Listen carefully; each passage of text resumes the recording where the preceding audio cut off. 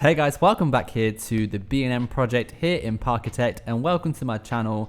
This is going to be the last episode of me building the actual ride. The next episode will be just a video showing off what I've done. So I just quickly showed you there where I was up to, and I'm just going to do a really super speed through time lapse now of the final support work. I didn't want to do like a whole episode just on the support work because I've did that for the last 2 or 3 episodes. So I'm just going to finish up doing the corkscrew area and the final kind of twist and turn section before the brake run. And yeah, today I'm going to do quite a lot of little bits and pieces just to get this kind of finished up.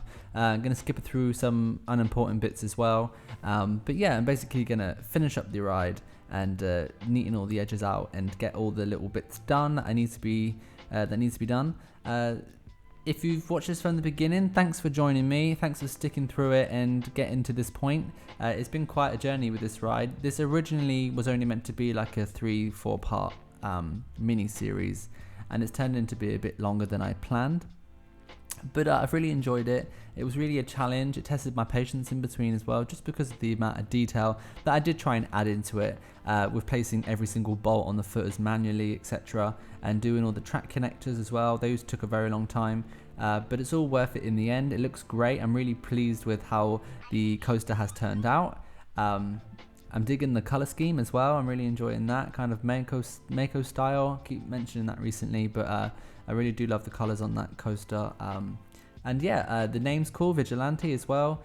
So everything came together quite nicely. It's just a generic themed B&M flawless coaster, and the idea of this was just to create a kind of corner of a park where this could be located and really kind of execute it in a very realistic way. So I think I've achieved that. I'm really happy with how it's turned out. After this little section of support work, I am just going to go in and do the exit path and kind of tidy that up as well, because that needs to be done, and go in and add a few little details with that as well. But I'm just finishing up the support set. I will give you just a quick look in real time of how that is looking in a second as well, just so you can kind of see what I just did there, because it was a bit fast to watch, I imagine. Okay, so here is how it is looking. That's all the support work done. I'm just going in now and putting in some grey Terra painting texture on the bottom of each support and footer, just to add a bit of ground texture. I like to do this to all my coasters wherever I build them. So I'm just going to go back into a time lapse now, and so I'm going to add some fencing here around the exit path, and this side needs to be a bit higher just so the guests don't get into that kind of restricted area. And some coaster nets here are a great idea, just to protect people from the corkscrew there in case any things fall out of people's pockets, you know, that kind of thing. Add some bushes and things just to kind of make that area look a bit more pretty. Now I'm going to go in and just kind of plant all the trees that I've been using throughout the rest of the area. I like to do this from above sometimes, so you can really kind of see where you're putting the trees and really fill in all those gaps. So that's the tree work kind of done. I like that birch tree, you could fill in all the little gaps with at the end as well. Now I'm just going in, adding a bit more Terra painting there just to add a bit more texture to the floor. I like to do grey, the concrete one on some of the low areas, so you can really kind of see where it is on the ground. I think that looks really cool.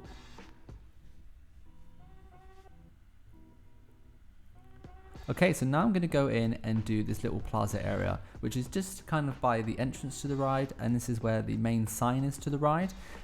This area I kind of just want it to be a nice little area where guests can kind of sit and watch the coaster, or wait for people that are on the coaster, that kind of thing.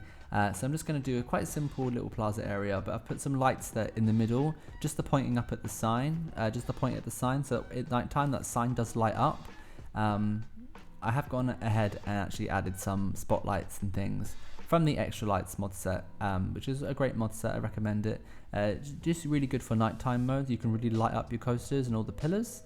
And now the final thing, as you can kind of see marked on the floor, but I've decided to do it in a different angle. I'm going to go ahead and do a locker room. I'm going to do quite a simple room here, but I'm going to do it in the style of the rest of the station and the queue line building, and kind of make it kind of modern looking but not too complicated.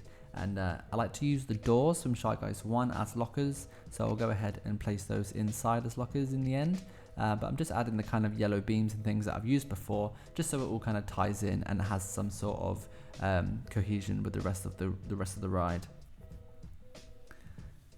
I'm just gonna add some walls there on the back part.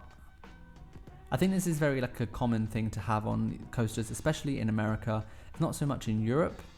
Normally you can take your bag on and leave it at the side of the station, but especially in America, they really like you to put your things in lockers at almost every park, especially Six Flags and Cedar Fair. So, and also actually there are a few parks in Europe. Energylandia is one of them. On some of the rides, they like you to use a locker.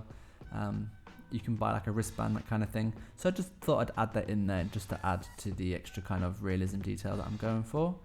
And that's basically the build done. That's the kind of overlook of what I've done. Thanks for sticking around. Join me next time while I will show off this coaster and do some cinematic kind of shots. But thanks for watching. I really appreciate it. And I'll see you all next time. Bye.